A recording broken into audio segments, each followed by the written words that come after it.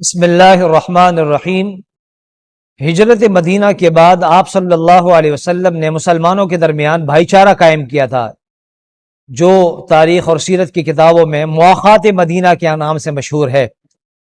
حضرت عبد الرحمن ابن عوف رضی اللہ تعالیٰ عنہ کا بھائی چارہ حضرت سعد ابن ربیع انصاری رضی اللہ تعالیٰ عنہ کے ساتھ قائم کیا۔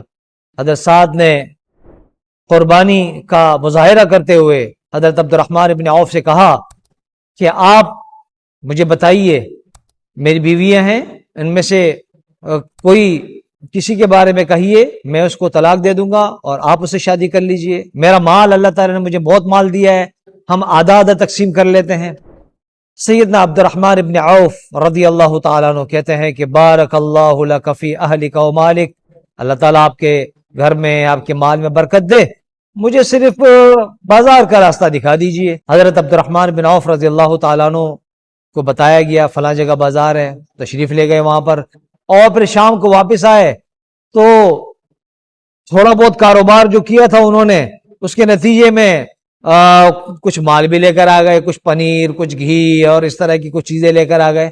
تو عبد الرحمن بن عوف رضی اللہ تعالیٰ عنہ بڑے زبردست تاجر تھے، اور ان کے جو کاروباری ٹپس ہیں وہ بہت ہی زبردست ہیں، اگر کوئی شخص اپنے کاروبار کے اندر ان کو استعمال کرے۔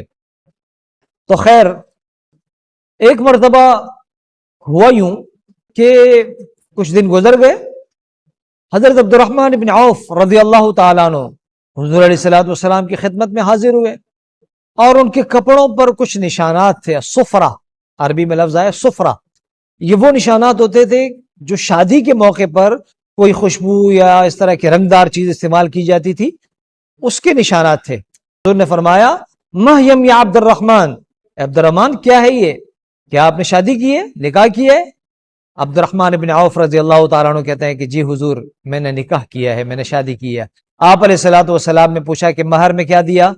کہا کہ میں نے ایک گٹھلی جتنا سونا دیا ہے۔ اور حضور نے پوچھا کہ ولیمہ کیا؟ انہوں نے کہا کہ نہیں، ولیمہ تو نہیں کیا۔ حضور نے فرمایا کہ اولم ولو بشات، ولیمہ کر لو اگرچہ ایک بکری ہی کیوں نہ ہو۔ دیکھیے، اس واقعے کے اندر جو بات سیکھنے کی، سمجھنے کی اور سبق لینے کی ہے وہ یہ ہے کہ عبد الرحمن بن عوف رضی اللہ تعالیٰ عنہ عشرہ مبشرہ میں سے ہے، اور آپ علیہ الصلوۃ والسلام کے بہت ہی قریبی ساتھی ہیں۔ آپ اندازہ لگائے کہ عشرہ مبشرہ جو صحابہ ہیں رضی اللہ تعالیٰ عنہم، وہ آپ صلی اللہ علیہ وسلم کے کتنے قریب ہوں گے۔ عبد الرحمن بن عوف رضی اللہ تعالیٰ عنہ حضور کی خدمت میں آئے، شادی کر لی، حضور کو پتہ ہی نہیں ہے۔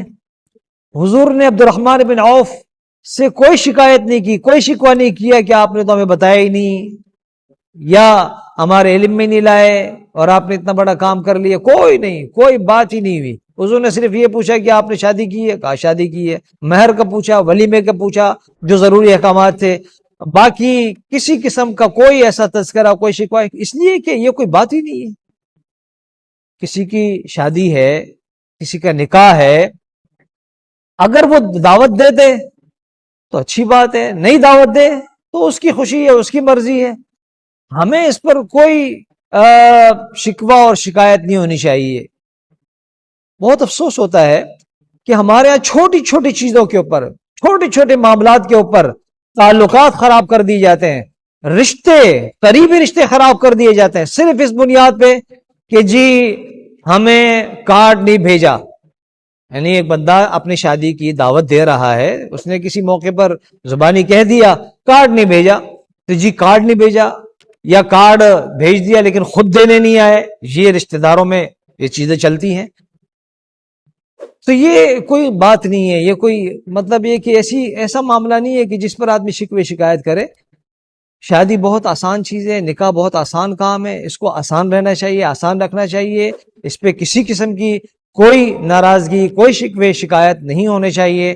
اللہ تعالی ہمیں دینی احکامات اور تعلیمات سمجھنے اور عمل کی توفیق عطا فرمائے۔